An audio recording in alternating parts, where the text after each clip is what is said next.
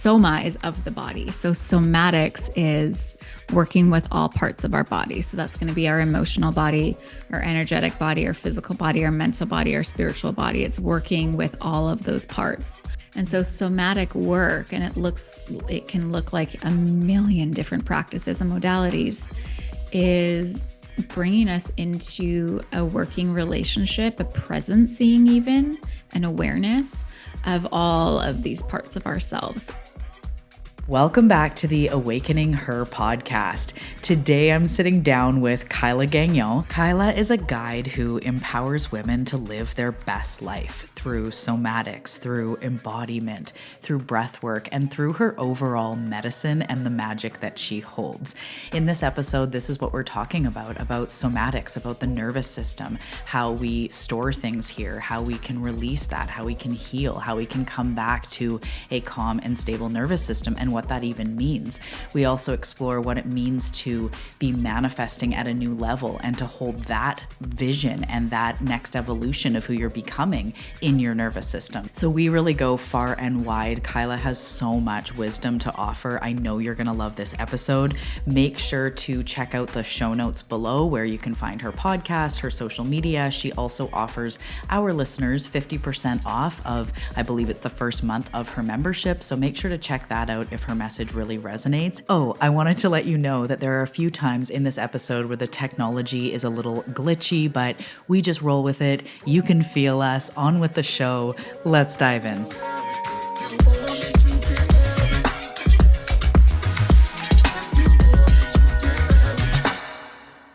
Hello, Kyla. Welcome to the show. I am so excited you're here. How are you today? I'm so good. Yeah. How are you?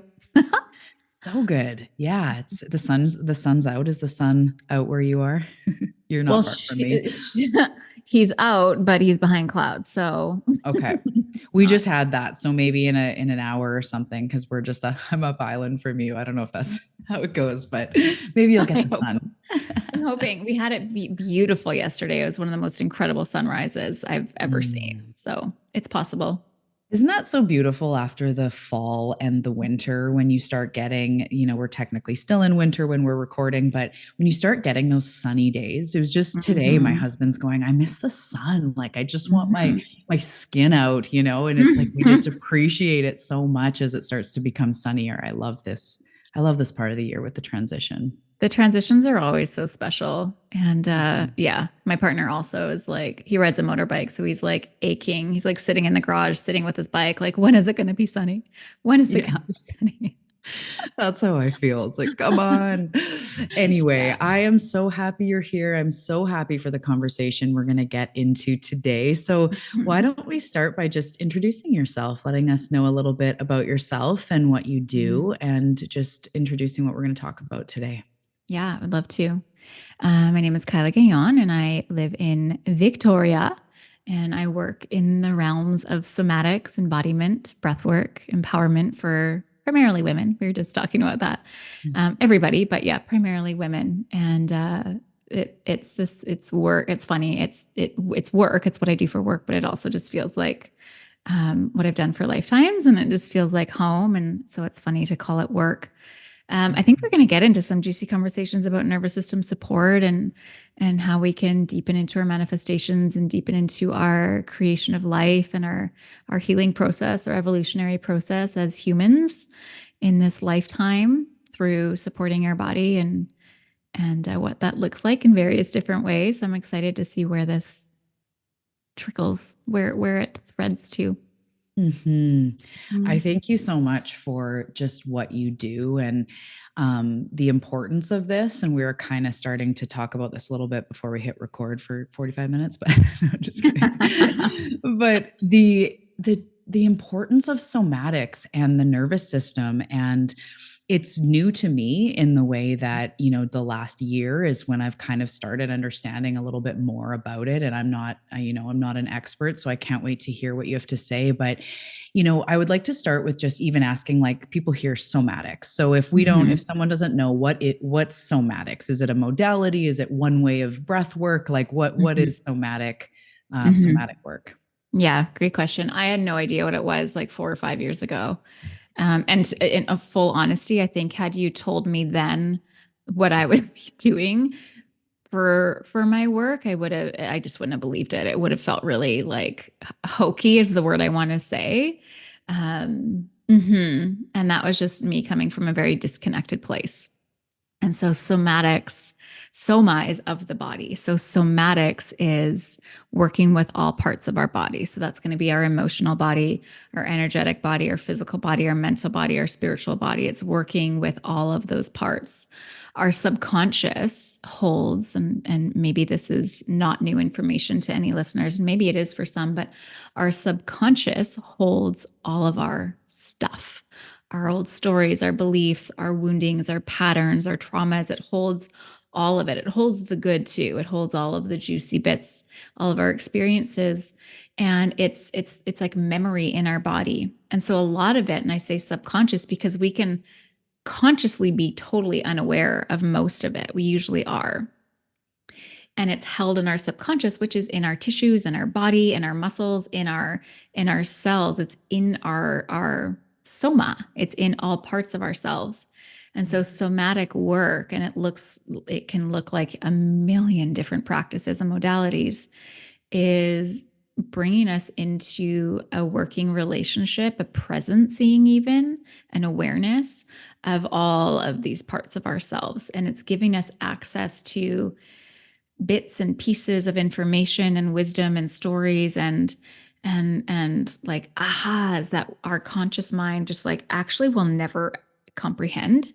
The wisdom of our body is so incredible and vast that our mammalial thinking human brain, also brilliant, will never comprehend. And so it's really important that when we're just existing as humans, but particularly if we're really in an intentional evolutionary phase or a healing phase, that we access the body, we access our somatic spaces, not just our head, because our head carries knowledge and the ability to make up stories, and it will do that. Whereas if we can actually practice getting into our body and the memories and the stories and the wisdom in there, that's where we're really going to get some big work, because that's where I'll say this, like that's where the truth lies. A lot of story, a lot of make believe, a lot of protection, a lot of survival mechanisms, defense mechanisms in the head. Truth, wisdom, healing in the body. Wow. Yeah. Wow. That's so. First of all, I didn't realize that's what somatics meant. I really thought it was like nervous system work in general, but Mm-hmm. understanding all the layers of the body, all of our different bodies, that is so fascinating. And it's interesting that you're saying like our truth is held in our body, but Mm-hmm. also our trauma is held in our body. And Mm-hmm. so sometimes it feels like the body could feel like a not safe place to be. So Mm-hmm. then we're not able to access the wisdom because Mm-hmm. the body hasn't been either a Mm-hmm. safe place, or you're afraid to go there and see, Mm-hmm. uncover what's in there. Yeah. So it's kind of almost contradicting a little bit. Like I don't want to shy anyone away from the work, but it's big work.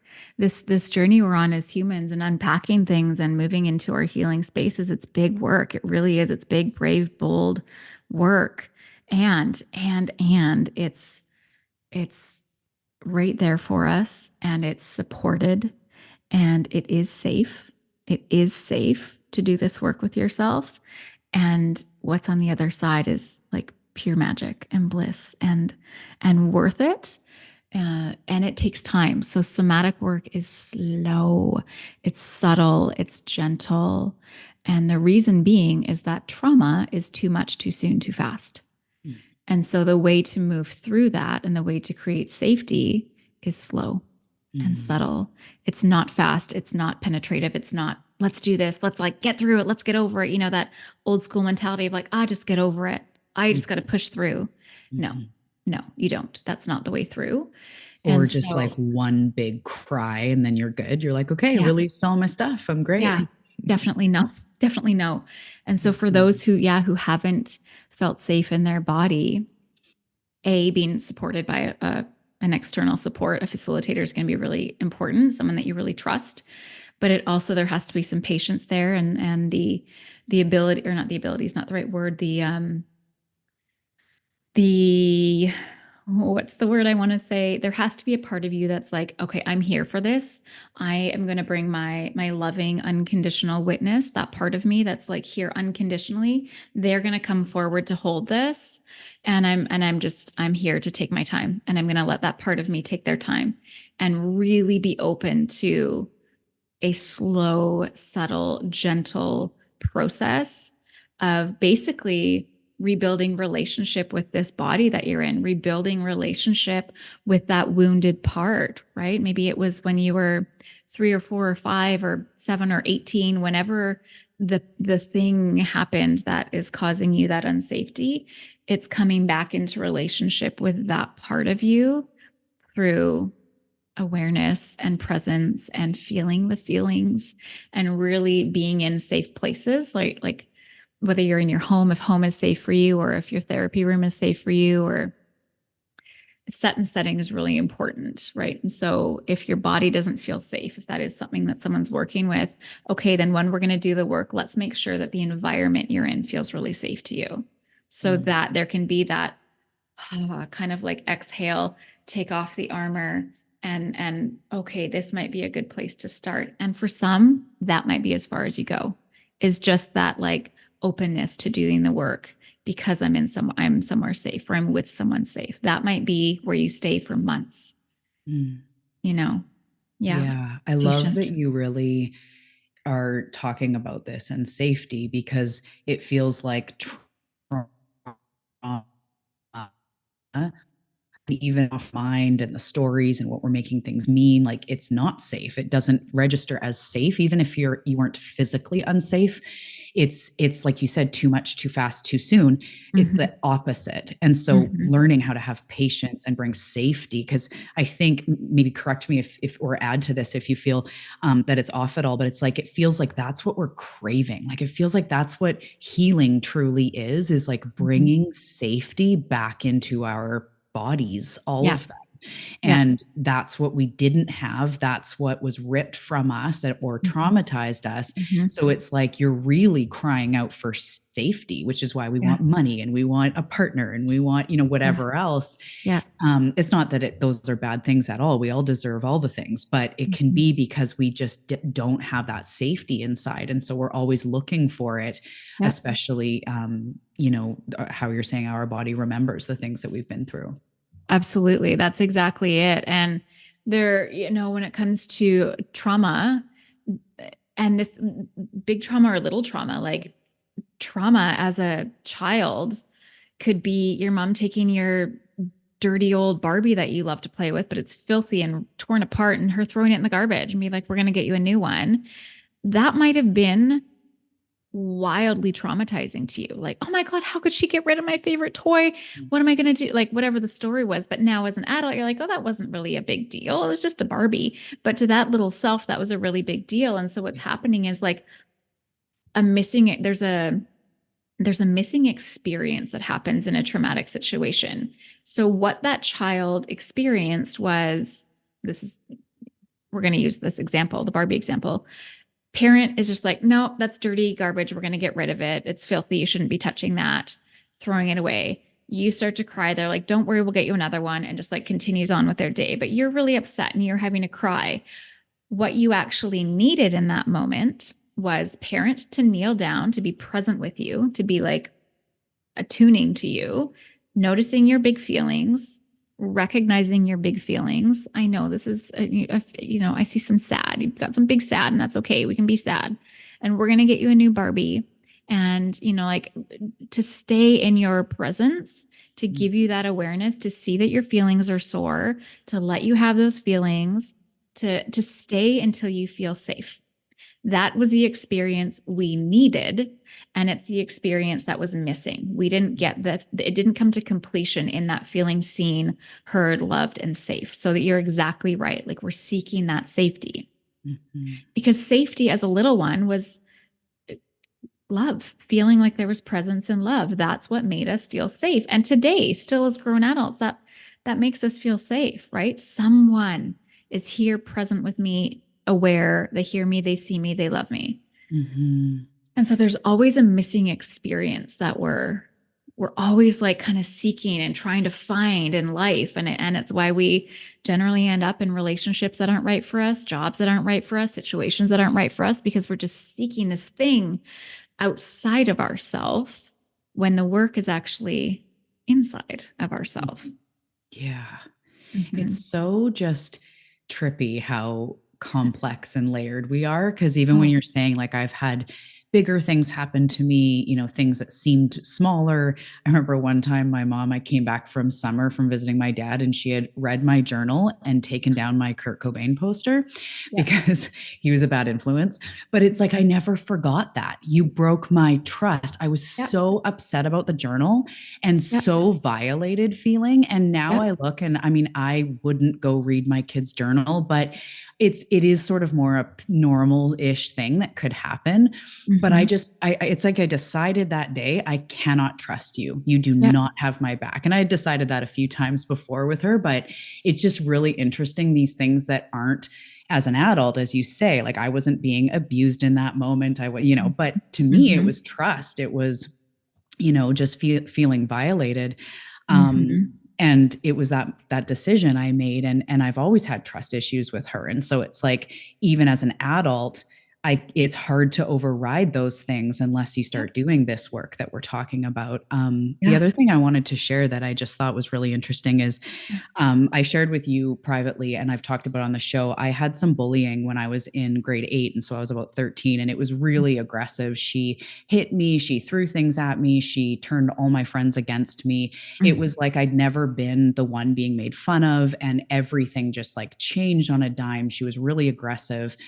And I ended up leaving school because she was so aggressive. I was scared. I had no friends. I was alone. The Oh, cops got involved. She was threatening my life. It got really escalated. wow. And so a couple years ago, I went on this healing road trip, and I'm off on the road. It's like Talia in her like freedom life. And I'm like going back to all the places I've lived. And I've lived in a lot of places. And I went back to my elementary schools, and I went back to all these different houses. And what I did is I went outside the houses, and I pulled up that version of me and like what I was going through in that time, and the struggles out, because I've struggled so much in my life. There was like anguish at every stop. It was like, oh, Mm-hmm. this was the eating disorder. And this was like more the little me. And so I was standing outside these places, and I would give healing to those versions of me. I would imagine them with me.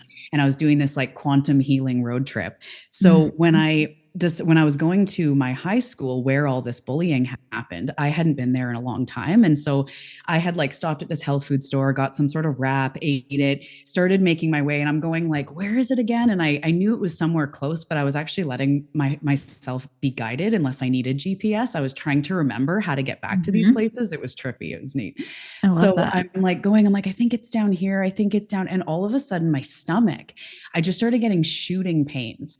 And my first thought's like, maybe it's gas. I don't know. Right. Mm-hmm. And I'm like, okay, I think it's down here. No, it's not down this road. And all of a sudden, I started feeling sick. And I'm like, am I going to throw up? Like, was that a bad falafel wrap? Like, what was the, what's going on? I couldn't even think of it because my head wasn't emotional. I wasn't going like, okay, this is the high school. I was actually like, easy breezy, sunny day. My Mm-hmm. body's hurting. And as I got closer, it just dawned on me. Either my spirit team brought me aware of it, or I realized, I'm like, oh my goodness, this is my body remembering. And as Mm-hmm. soon as that clicked, it was like, just this, like, I can even feel it. It's like this sick, gut, tight, weird feeling. And I started like shaking, and I'm sitting here going, holy shit. It was Mm-hmm. such a powerful realization because my mind wasn't in that state driving up to it. I Mm-hmm. was feeling good, and it was, yeah, it's dense, but it wasn't like a panic attack or anything. But my body from the inside out, to the point where I thought for a second I had food poisoning, Mm-hmm. it remembered. And I sat Yeah. outside the high school, and all of a sudden just these emotions wanted to come out, and it was like crying, but it was anger and kind of just like fuck you and all this time of the stuff that happened. And I just let it be there, and with Mm-hmm. my limited knowledge of the nervous system, I just started breathing. And as I let myself move through it until there wasn't a lot of emotion left. And then I just started like putting my hand on my heart and breathing and Mhm. just bringing safety kind of back into my body. And I Mhm. kind of had this visual of the part of me that feels unsafe was just like you said, it was like a loop that wasn't closed. It was this Mhm. unresolved thing. And then I was coming in now as sort of my whole self or authentic self or highest self and bringing safety into that version of me. And I felt my whole system just go like, whew. And then it, spent a few more minutes in that and then got weirdly calm, like very almost like stoically calm. And I sat there going, what the hell just happened? But it felt really powerful. And I just kind of wanted to Mhm. share that. Maybe someone listening has had an experience like that where, you see your old house or a vehicle of an ex or something, and your body just reacts before you even consciously do. Mhm. Yeah, I just wanted to share that. And is obviously it's my body remembering would be my best guess. That's powerful. Yeah, your body was like, that was a somatic healing experience. That was your body guiding you through quite perfectly, actually, like bringing you into the pain. I'm sorry, that must have felt really uncomfortable, but bringing you into that. And the way that your body supported you, even like with the shaking, like the shaking and the emoting. And I love that you allowed that to come all the way through rather than trying to stop it. Because what happens so often, we see someone crying, and maybe not so much now in our life, but when we were younger, someone's crying, and our instinct is to like hug them and stop them. Don't cry, don't cry, don't cry. And we stifle and we stop the flow that needs to happen to complete that loop. And the tremoring, the shaking, that's brilliant. So as a mammal, like a mammalian mind, a mammalian system will tremor and shake. Like animals will tremor and shake to release trauma, to release panic and fear and wounding, all the way until that's out of their system, and then they'll carry on. Like there's this Whoa. really wild video that I was shown to us in one of my trainings of a cheetah chasing a gazelle, and is chasing it around and gets it. And by the time it gets it, it's like quite tired. So it's the gazelle looks like it's dead, and the cheetah is like on it, and it's not doing anything because it's exhausted, but it has it, and it has its a part of it in its mouth, and it gets tired or it gets spooked or something happens, and the cheetah needs to leave, and it's going to come back to eat its meal. And once the cheetah leaves, you can see the gazelle starts to like tremor and looks almost like it's seizuring, and its body is releasing the trauma of being chased and thinking it's going to die. And it fully tremors until, and it's wild to watch, looks like a seizure, really unpredictable, all over the place. And then it starts to smooth itself out, and it's just in this like kind of spinal wiggle until it's done. And then it hopped up and bloop, bloop, bloop, and away it goes, fine as can be. And we have that same system in our body. We've just been taught to shut it down. So the fact that your body wanted to tremor and shake, and that's why when we're in fear, when we're crying, when we're panicked, like there is that internal shaking. That's beautiful. Let your body do that. That is Mhm. such a gift that your body is offering you.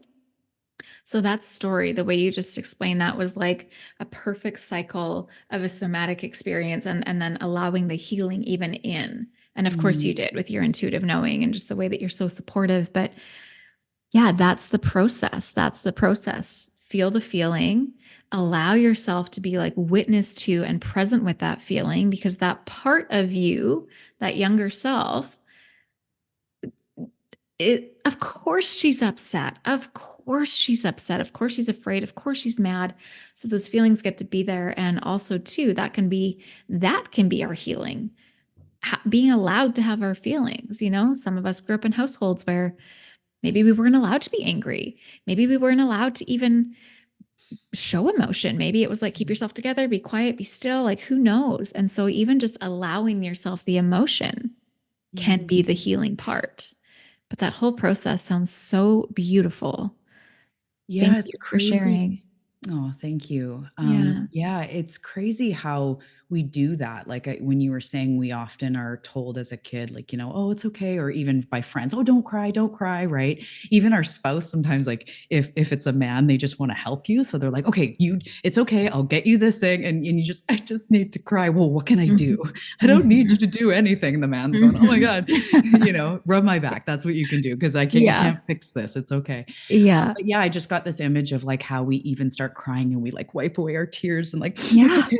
I gotta get it together. Cause either Yeah. you're busy, you got to go out. You don't want the kids to see you like this, or it's like the shadow of like, I shouldn't be feeling this. These emotions Mhm. are unpleasant or make people Mhm. uncomfortable. So I'm just Mhm. going to put myself back in a pretty little presentable box Yeah. because people don't really want to hear this. Right. Yeah.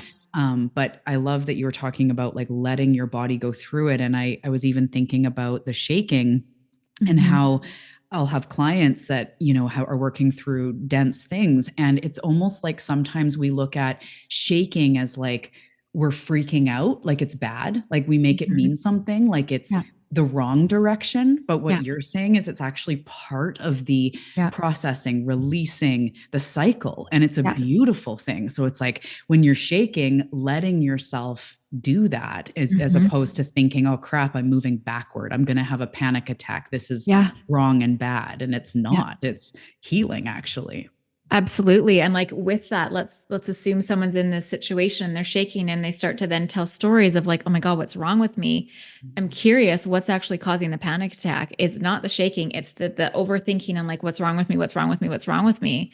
When truly it's like absolutely nothing is wrong with you. Mhm. And to allow this to move through and you coming into the breath and just, I mean, think about what's the first thing when women are in labor that we're taught to do? It's to breathe, you know? Mhm. Our breath is our number one ally. It its power is confusing. It's so powerful. And bringing awareness to it, right? Because when we get into that panic state, we're completely disconnected. Our breath is just irregular all over the place. Whereas if we can just bring even awareness to it, it will start to slow. It will start to guide us back into that state of calm, right? Mhm. It'll bring us out of that panic sensation. That's it's Mhm. it's its job. It's literally its job, it's to keep us alive. That's so powerful. And I think, in this self development, self growth manifestation, we hear a lot of things we should do. But when you really connect, like why, not just you should breathe or breath work, everyone that's woke needs to do breath work. It's like, to get the badge or whatever. But when we really understand, and one time, I don't know how you would describe this, but Source just showed me it was like, this realization that when you feel unsafe for whatever reason, whether it's perceived or it's like a lion's running toward you, your breath, as you said, gets shallow and sporadic because at that moment you're running for your life or someone's breaking in, whatever. So the antidote, it's like so freaking simple, is by taking even one deep breath, you show your brain we are safe because if we weren't safe, we couldn't do this. It just Yeah. wouldn't be. So when I kind of saw that, I was like, oh, it's like a hack. And that's kind of what you just said. It's like the biggest sort of like straightforward, it's going to work every time type of tool for Mm-hmm. to even just start the nervous system regulation. Because if you were stressed and running for your life, Mm-hmm. you wouldn't be taking a deep breath. So like, Yeah. I just thought that was such a cool insight to be like, oh, Yeah. it is like a hack to show yourself you're safe Yeah. is breath. Exactly. I love that. That's such a simple, profound way to say it. Mm-hmm. Yeah, that's Thank you. cool.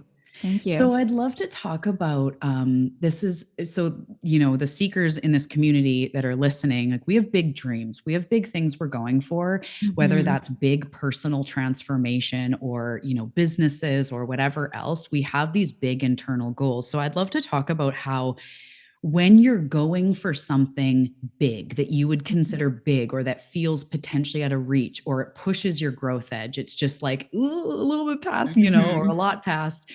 How I'd love to just hear about the interaction with the nervous system. And that's something I've been learning more about, how it's an energetic capacity we hold, and we need to learn how to, be able to not just manifest things by writing them out in a certain way and doing certain actions, but we actually need to somewhat learn how to hold that reality in our body, our bodies. So I would love to just hear you explaining that, especially as we're reaching for bigger and bigger things within our lives. Yeah. Yeah. So first, maybe let's even break down the nervous system a little bit. So the nervous system, and I trust that a lot of listeners know this, but it's always good just for like the refresher, I feel like. We've got parasympathetic and our sympathetic. And so parasympathetic, right? Rest and digest. Sympathetic is more fight, flight, action taking. But then, even within there, we have sort of three different responses that the nervous system will run through. So, we've got our ventral vagal state, which is sort of that more, it's safety. It's like you and I right now are quite likely in ventral vagal. We're safe. We're having engagement. We're, things are good. Things are smooth. Life's great. Then you've got the sympathetic state, which is more, let's say the doorbell rings and it's like, whoo, and it startles you, right? We've got that, okay, now we're mobilizing, we're action taking, we're like, oh, we're up, or the alarm goes off. That's going to put you in a sympathetic state a little bit. And then we've got the dorsal vagal, which is sort of, I often think of it as like, okay, we've got ventral in the middle. We've got sympathetic is forward. That's like action taking. And then dorsal is like backwards. And dorsal is almost that like freeze response. Immobilization is like where we collapse. So kind of going into more depression and that like mwah energy. And so even just with those three states, the ventral, sympathetic, and dorsal, we can start to almost notice through our day, just as a practice to get familiar with our nervous system a little bit more, where we're at. Like right now, I will say I feel really calm. My heartbeat's normal. Breath is easy. If I had a big knock at the door, I guarantee my heart rate would increase. I might even get a bit sweaty right off the bat, just that sort of startle. And so noticing even, again, maybe it's your alarm clock, maybe someone's at the door, maybe the dog barks. Notice how your system responds. Notice also if you land in that dorsal. Maybe you've had a challenging conversation with someone and you end up in kind of a want kind of an energy, or you get a message that wasn't so nice, or something happens and you kind of go into like almost like fuck it energy and just like forget it. I'm just gonna close up shop, put a blanket over my head, and lay on the couch all day. So those are just interesting to start to pay attention to when we're exploring and playing with our nervous system. Yeah, in terms of like this expansion that we all are here for, and growth and evolution and growing our business and growing our life, I'm here for it. I'm doing it too. And I'll just speak for myself, and I trust that everyone will relate in some way. I grew up with stories. I grew up in a household personally where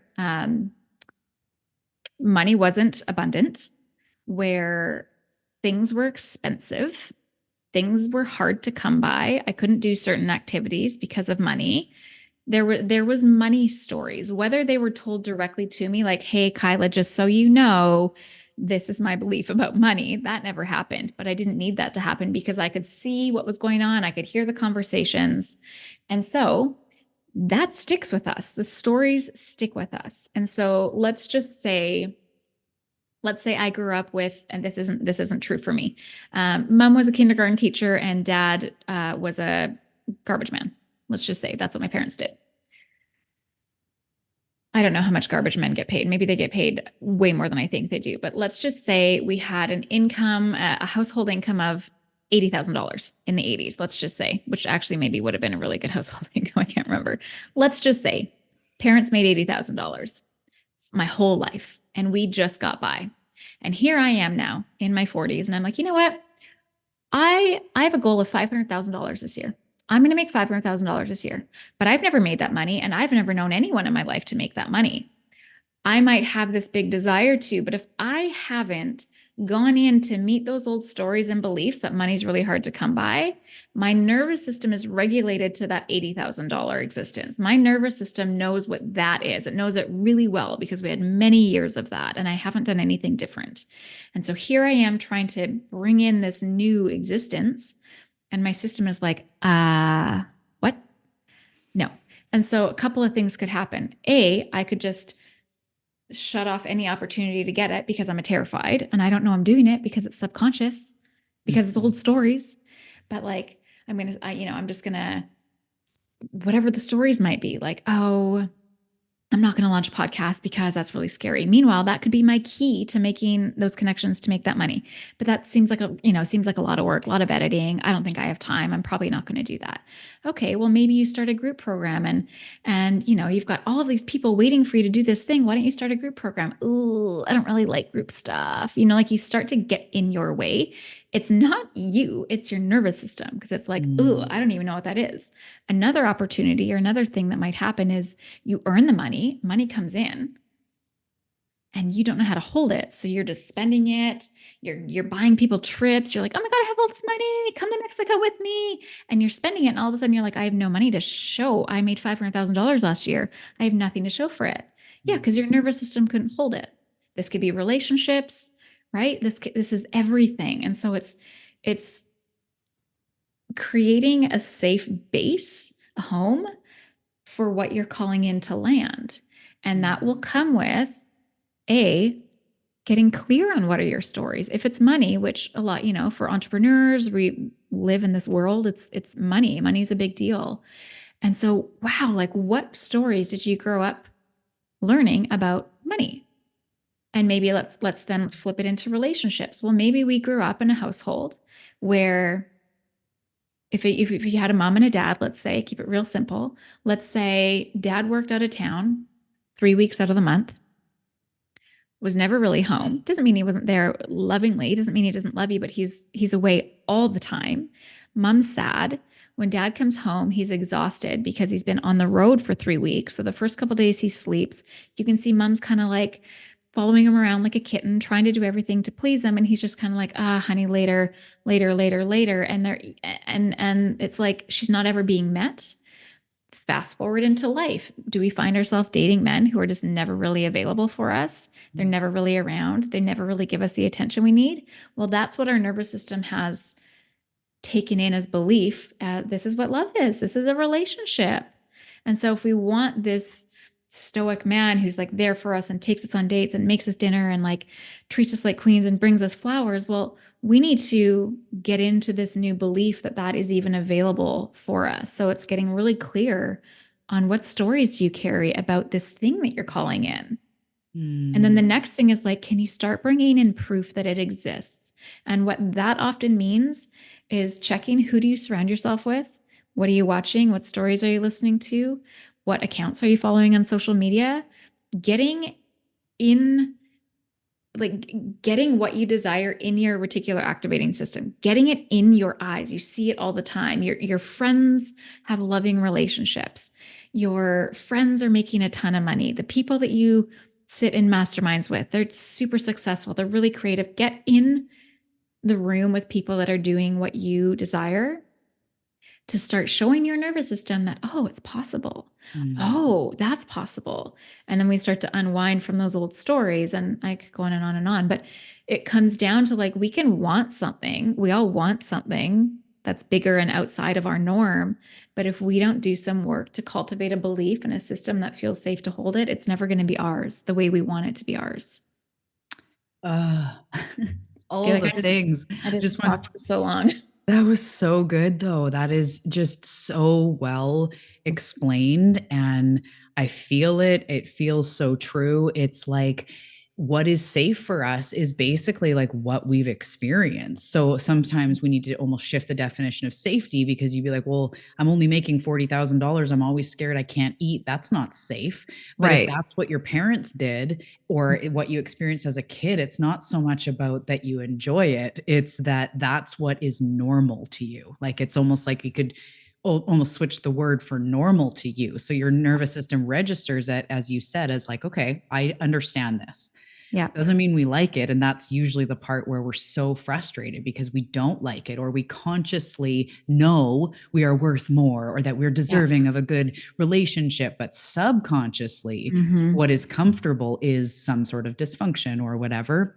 Yeah. I also love that you pointed to the fact that because I'll say to people about like, what what were you told? Yes, about money, but you said what I say is like, what did you empathically pick up on? Because a lot of my people are empaths or sensitive beings. It doesn't even have to be empath, but it's like, what did you pick up on? Your parents could have never said money's hard, which that was the big story in my growing up, is money is so hard. That's always what it was, hard.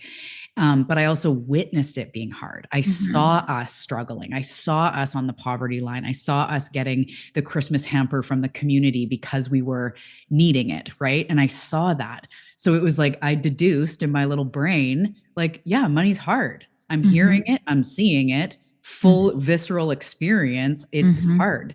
And so that's what then becomes safe. It's like we are relating or something to our inner child, or just keeping that story alive, because that is literally what we know, which is just so fascinating. So what you're saying about how we remedy that, and I know it is a process, it just, to work with somebody and to release this stuff, but for the sake of like this conversation, so it's about, you're saying, creating new stories. And I also love, you talked about the proof. I talk about that. I call them activators, and it's like people who show you this is possible.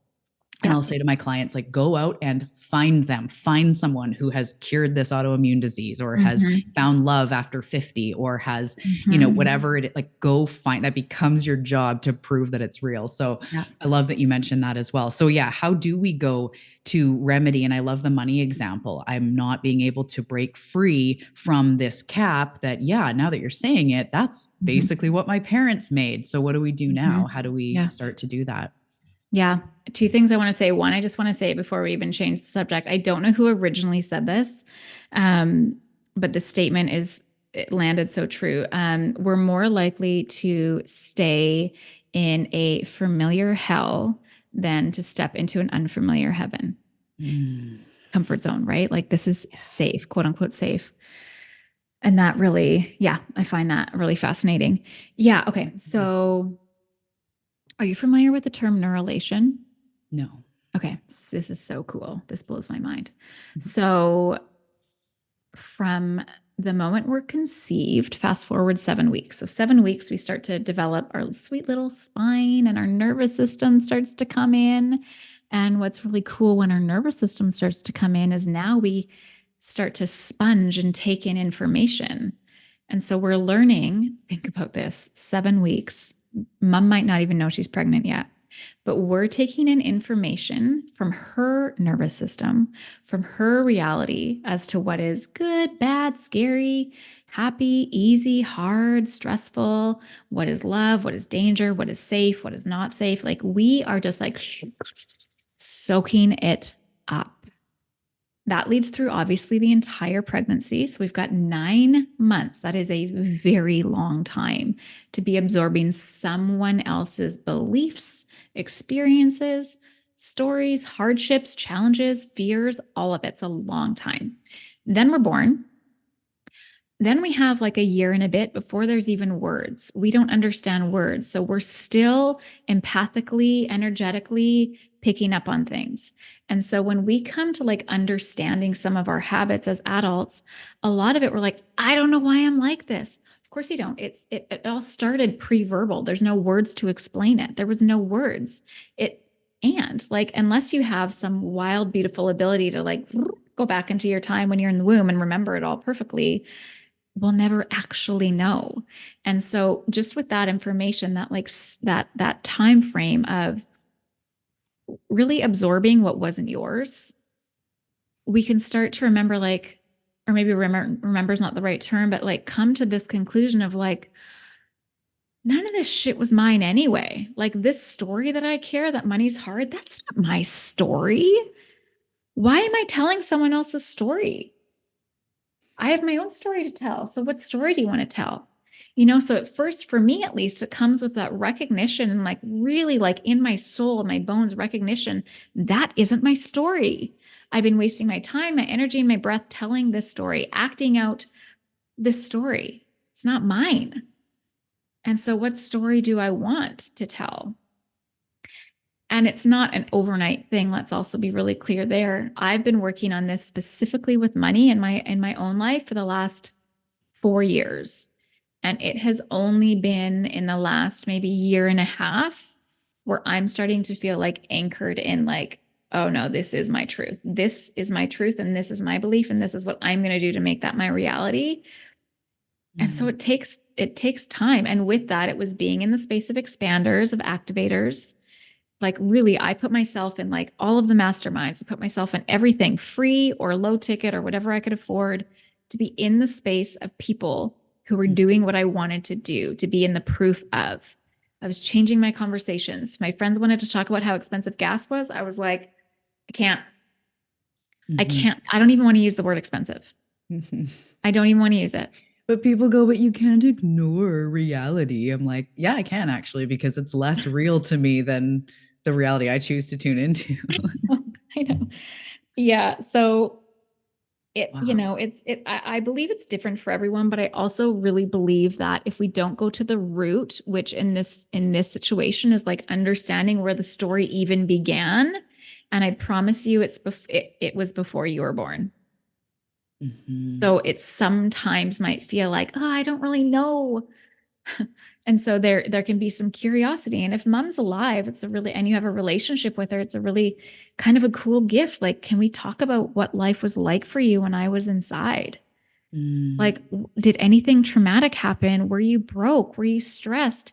Was there a man around? Was he supportive? What was your family like? It's so interesting. I have a girlfriend who, when she was in utero, her mom witnessed a really horrific accident that don't need to get into the details, but involved young children and was very traumatic for her to witness. And my friend who was inside has lived her whole life, she's in her 30s, with this like, I don't know why I'm here. Like, I don't deserve to be here because these children didn't make it. So there was this intense like connection Mm. to like, I don't belong here. Like, why not me? Mm. And it wasn't until she was, I think, in her early 30s that became known. She asked her mom, and her mom said, oh, well, this happened, but like, no big deal. Big But you deal. you weren't even born yet, so it doesn't Yeah. really matter, right? It's Doesn't like really matter. I was But thinking when you're saying that about in the like 7 weeks, I was like, talk about co-regulating. Like, right. holy shit balls. Like that is like Mhm. you're not even separate at that point. And as No. you were talking, like all this emotion, I'm like, okay, there's definitely something here because I just some of my biggest I don't know why I feel this way. And there's things in my life that I can see contributed. But right as you said that, I was like, bing, bing, bing. Yeah. Holy shit. I could 100% say my mom felt that while I was pregnant. I'm sure of it without even, Yeah. it just wow. So hopefully that really landed for other people as well. Mhm. So one thing that I do, and I don't know if this is something, if it's if you say give me feedback and it's a bad practice, nobody do this otherwise. But something that just was dropped in one day. Spirit just gives me all the good nuggets. But it was about like in the moment you're reacting. If Mhm. you can bring safety to yourself, kind of like I was talking about with the story outside the high school, if Mhm. you can bring safety to yourself in that moment, it was like they showed me, like it closed a loop when you said that. I was like, oh, I think that's the visual I was seeing. Mhm. So that isn't the entirety of the healing, but talking about, say, this money story or something, and then you realize like your parents struggled deeply when you're pregnant or whatever, when she was pregnant or something, when Mhm. it comes up, and we now are aware from hearing conversations like this and becoming more aware, is there something we can do like in that moment Mhm. to even just if we don't know the originating story and we don't have the space to writhe around on the floor crying or whatever, like what can we do in that moment we're triggered? And through this conversation they're like, okay, I'm feeling these things, tightness, yeah, instant sweaty. What can we do in the moment to even just start that process? Mhm. So it's so interesting. In the moments where we're triggered as adults, it's not even us. It's not the adult that's triggered. It's the Mm. young self who first experienced the similar event to what's happening right now. Right? Maybe you had an older brother who used to always cut you off and would never let you get a word in edgewise, and you're at work and your male colleague shuts you down and doesn't let you talk, and you're like about to fucking explode, it's not even about him. It's not current you, because current you is a solid, strong adult. She is a very sovereign being. It's not about her. It's about the young her. And so it's knowing that, first of all, and giving a minute. And if you're able to step away from the situation, that's best. Step away from that situation and just, you don't even need to know how old she is. You don't need to remember the event, because we probably won't, because it was probably repetitive events that just kept happening. But it's taking just a minute to be with that young self and like, hey girl, I see you. Or hey boy, or whoever you are, I see you. I got you. I know that wasn't fair. I'm here now. Like, I got you now. And give them just a minute of presence. Just a minute of presence. Close your eyes. Like, this isn't about adult you. This is like, oh, she's triggered. Poor thing. She's afraid. She feels unseen. So see her. Be with her. Give her some compassion and presence. Give her some presence and compassion. Yeah. Mm-hmm. And then there's almost this like really like, I got you. Look at us. Like, we're doing it. You know, like, you don't have to be afraid anymore. We have a voice now. I got you. I've been practicing for you. And it's letting her know that she's not alone. She will get a chance to speak. She gets to speak now. She gets to, or whatever, you know, whatever it is. But it's first of all, because what happens when we're triggered is like, our trigger behavior is, it's like we're back in time. We disengage from the current moment, and we're back in that moment of whatever it was that first created that pain story for us. And so we're actually acting from that place. So let's say the event happened when you were 7, and you're now feeling triggered by a really similar thing. Well, your behavior is likely that of a 7-year-old, right? That snap back, that really like, oh, why did I do that? You know, an hour later, you're like, that was so embarrassing. I shouldn't have acted like that. Yeah, you didn't. She did.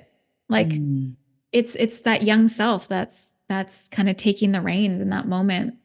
It's And interesting because you might also go like, oh, why am I back here? That was something I just heard, that like, you're back here again. It's like, well, because you are, as you're saying, like, you are back there, like not in progress, but in identity, I guess. Yeah. And like the healing, let's use that example of like big brother talking over you and then coworker talking over you.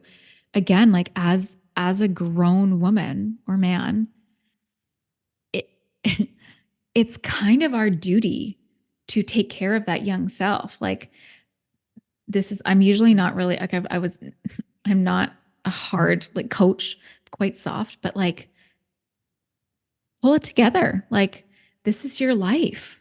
Quit letting your young self run the show. Show up for them. Like, show up for them. And if it was about a voice, if it's the story of being talked over, then give them a freaking voice. Speak it up. What's going on? Like, you can lean back and let your young self run the show your whole life if you want, but I promise you they're afraid and they're not in a good spot. So take control, give them safety. That will in turn like create so much safety, confidence, empowerment. Like, I got this energy, and I promise life feels a lot easier from that place. But if we just keep letting ourselves loop over and over and over without any accountability, we're not responsible. It's not our fault that what happened to us happened to us. Fast forward to being a sovereign, grown adult. Now it's your responsibility. Now it's your responsibility to be with that young self. And that's a gift, to be with that young self. Like, it really, really is. And it comes back to that whole, like, you don't need anyone out here. You don't need anything to like heal you. You got this. Like, it's within you. It is our job to tend to those parts of ourselves. And that's a really beautiful job to have. And I just, we owe it to ourselves. And I say this because I spent the last like 15 years avoiding her big time, like shutting her down and seeking externally. Someone else fix me. Someone else tell me what to do. Someone else show me how to feel better, or whatever it was. And it's like, oh no, that's a me job. Can't I just throw money at this and get somebody else? Or I used to think, like when I learn how to like perfect manifestation, then like I won't have to deal with any of this stuff. So I'm just gonna learn manifestation harder instead Right. of like avoiding the gaping wound that is driving my every action. No, I'm just gonna do more vision boards. I'm Yeah. good. I'm comfortable with that, right?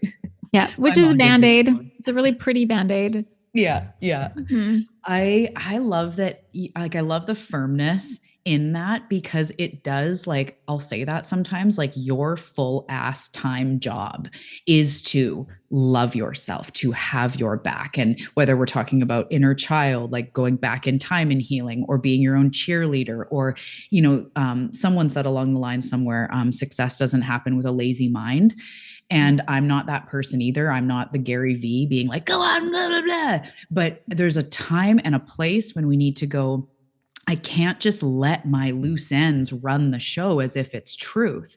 Yeah. So instead of, like you said, it's your duty, it's your job. And for clarity, it's like the duty and the job isn't to like push through and just like No. freaking overcome it. And that's the end of the story. It's to be with that version of yourself, that part of yourself, to go to those deeper places Mhm. and to almost like rectify, heal, acknowledge that does become your job, or it won't change. Like life Yeah. will not change if we're not fixing, or it's not actually fixing, but Mhm. remedying the Yeah. root of it, as you're saying. And so I notice like now if I get a bill in the mail or it's a tighter month and I kind of want to go back into like, see, money's hard, I'll feel it and I'll start to feel my heart start to beat a little bit as I go in my head of like, oh, and how am I going to pay this? Oh, I can't believe I'm back. And I stop the Mhm. train.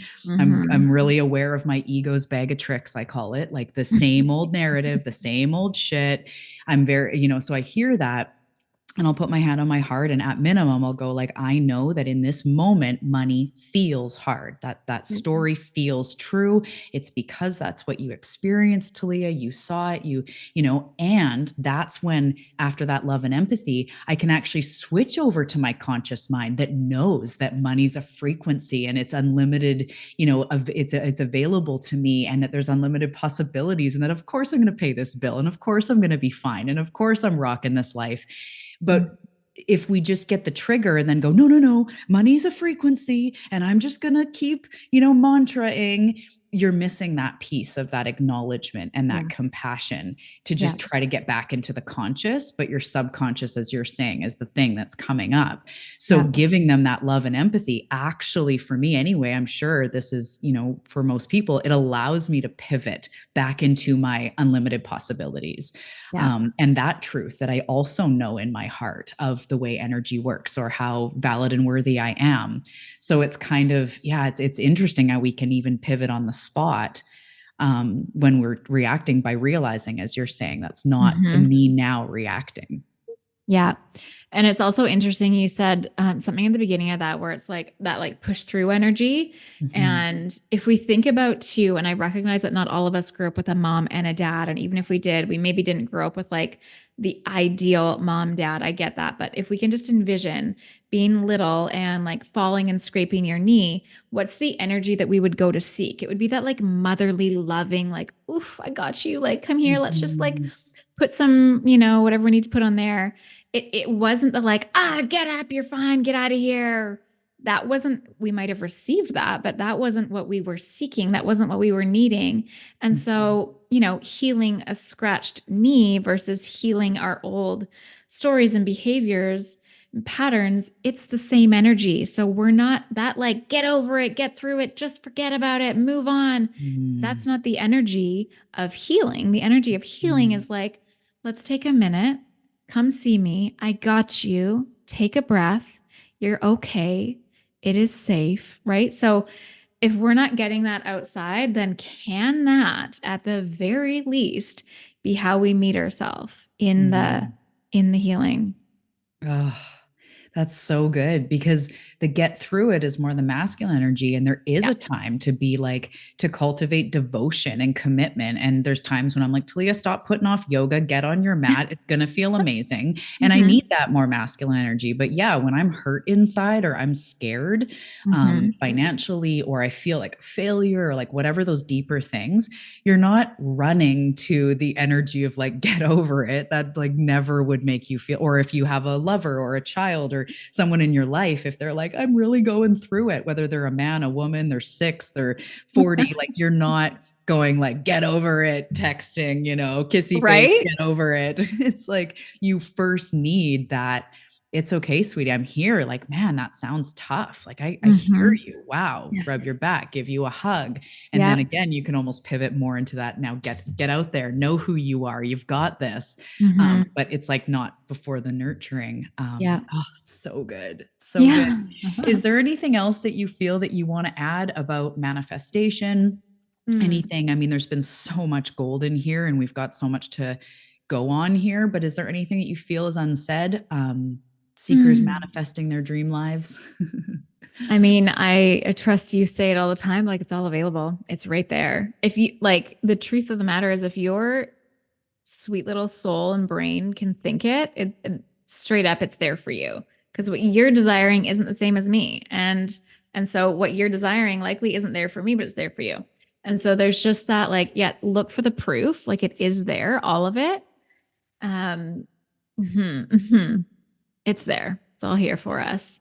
I love that. And it is a growth journey. I always say, like, if you're unwilling to grow through what you go through, we won't receive that fullest capacity that is there, because it is, as you say, it's all available to us, no matter how out of reach it feels. But it is also this growth journey. So when you hit your upper limit, when you hit your edge, it's like, go find Kyla and do work with her, but start to inquire more. It's not your fault. It's not that you're weak or, can't do it. People will be like, maybe I'm just not cut out for it. It's like your Yeah. nervous system isn't yet ready, Yeah. potentially, right?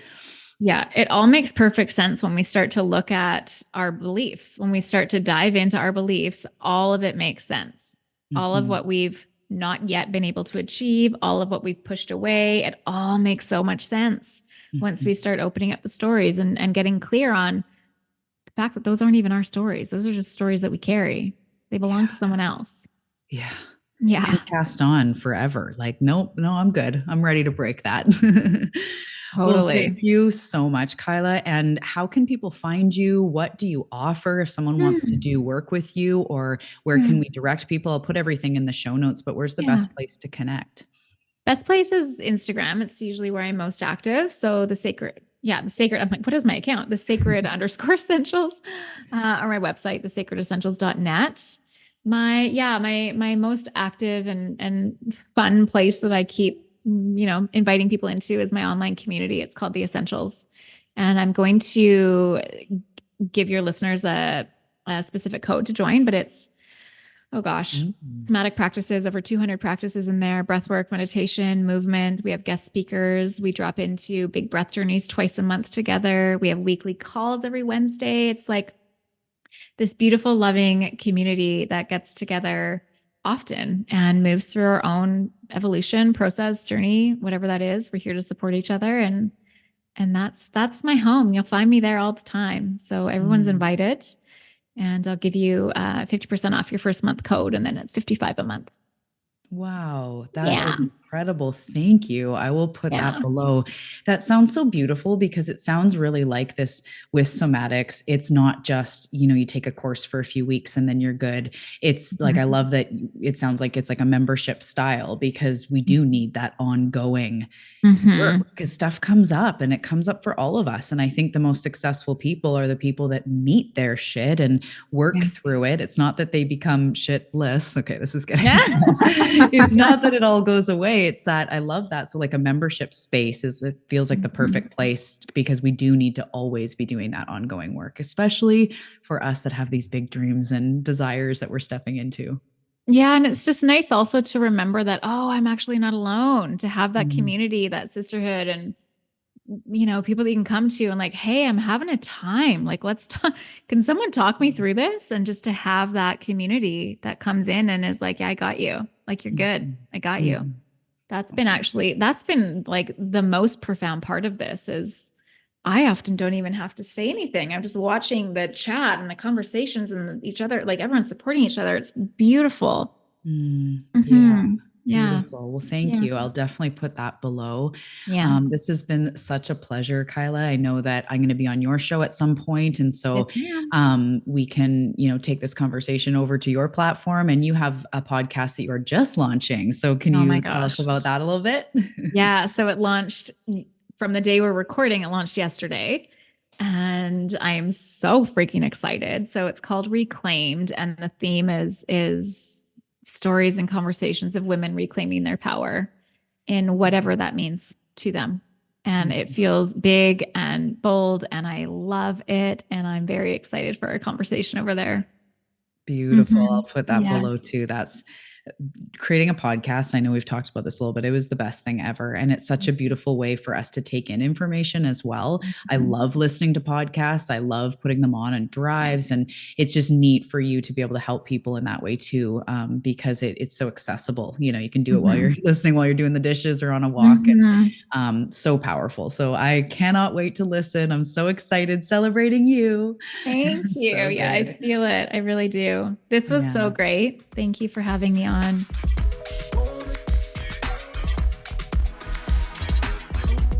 Thank you so much for tuning in to this episode on the Awakening Her podcast. I hope you enjoyed this conversation between me and my guest. And if you did, we would love to hear from you. Come find us on Instagram. All the links are below in the show notes. Take a screenshot that you're listening to this episode, sharing your takeaways or your enthusiasm for the show. Tag us both over on Instagram. And if you do that, I will send you a free gift. I really do hope you enjoyed this conversation, and I will see you in the next episode.